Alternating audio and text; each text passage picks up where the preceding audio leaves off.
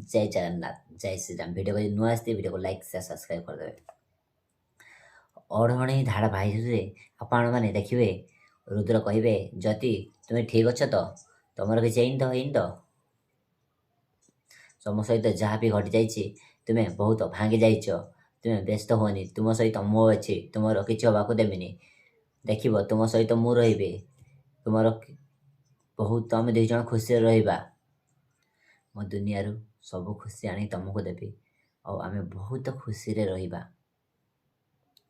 ଚୋର ହାବିଦାର ତୁମେ ବହୁତ ଠିକ୍ ଟାଇମ୍ରେ ଯାଇ ସେଠି ପହଞ୍ଚିଗଲ। କେଜାଣି ଆଜି ମୋର କ'ଣ ହୋଇଥାନ୍ତା ଆଜି।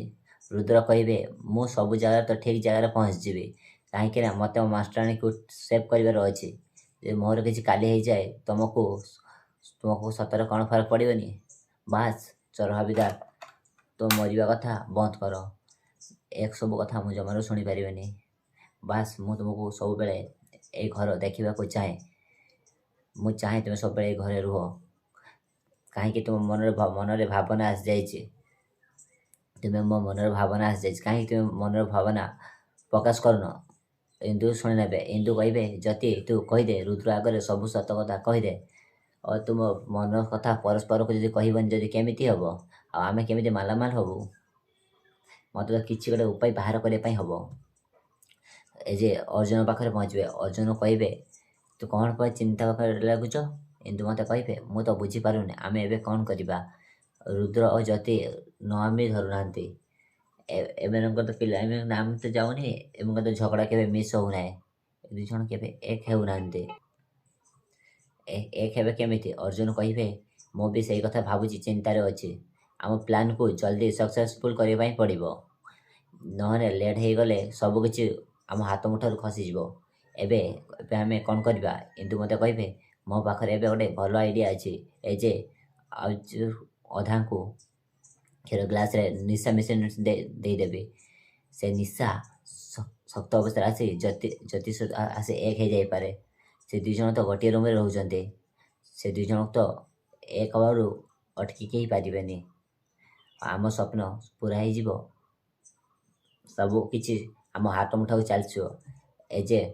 ଏ ଯେ କହିବେ ଏତେ ଦିନ ପରେ ଗୋଟେ ଭଲ ଆଇଡ଼ିଆ ମୋତେ କହିଛ, ସତରେ ତୁମ ବୁଦ୍ଧିକୁ ମାନିବାକୁ ପଡ଼ିବ। କିନ୍ତୁ ମୋତେ କହିବେ ଯେତେ ଯାହା ହେଲେ ବି ମୁଁ ତୁମ ସ୍ତ୍ରୀ, ଆଉ ତୁମ ବିଷୟରେ କହିବିନି ଯଦି କାହା କହିବି। ତୁମ ବିଷୟରେ ଭାବିବେ ତ ମୋର କାମ, ମୁଁ ତ ତୁମର ସବୁ କାମର ସାହାଯ୍ୟ କରିବି।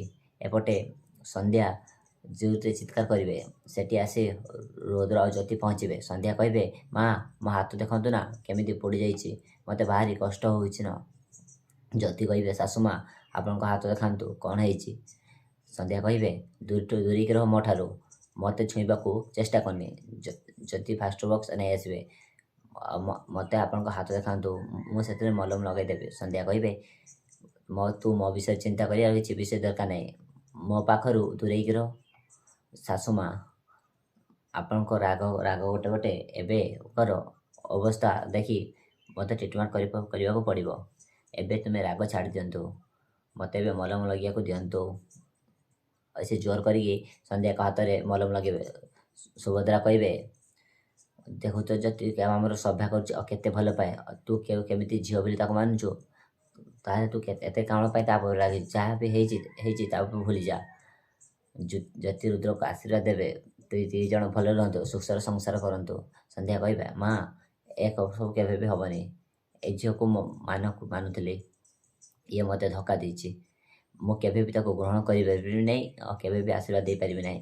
ଏହାପରେ ସନ୍ଧ୍ୟା ଚାଲିଯିବେ। ଜ୍ୟୋତି କହିବେ ଏସବୁ ଯାହା ବି ହେଇଛି ହାବିଲଦାର, ଏସବୁ ତୁମ ପାଇଁ ହେଇଛି।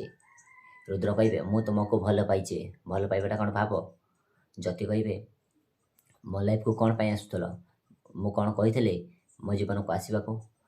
ତୁମେ ମୋ ଜୀବନକୁ ଆସିବାକୁ ସବୁ ବି ସମ୍ପର୍କ ବିଗଡ଼ି ଯାଇଛି, ସମସ୍ତେ ମୋତେ ଭୁଲ ବୁଝୁଛନ୍ତି। ଭଦ୍ରା କହିବେ ତୁମେ ଦୁଇ ଜଣ ଚୁପ୍ କର, ବହୁତ ହେଇଗଲା, ମୁଁ ଏବେ ଆଉ କିଛି ଶୁଣିବାକୁ ଚାହୁଁନି। ରୁଦ୍ର ଜ୍ୟୋତି ନିଜ ରୁମ୍କୁ ଯାଅ। ଏପଟେ ବହୁତ ଭଲ, ମୋ ବିଷୟରେ କେତେ ଚିନ୍ତା କରୁଛ। ଦୁନିଆରେ ସବୁ ସତ୍ୟ ଏମିତି ହେଇଥାନ୍ତେ ସାବତମା ବି ଲେଖିଥାନ୍ତା। ରୁଦ୍ର ଜ୍ୟୋତି ଏକ ହେବା ପାଇଁ, ରୁଦ୍ର ଜ୍ୟୋତି ଏକ ହେବେନି, ମୁଁ ଆଉ ରୁଦ୍ର ଏକ ହେବେ।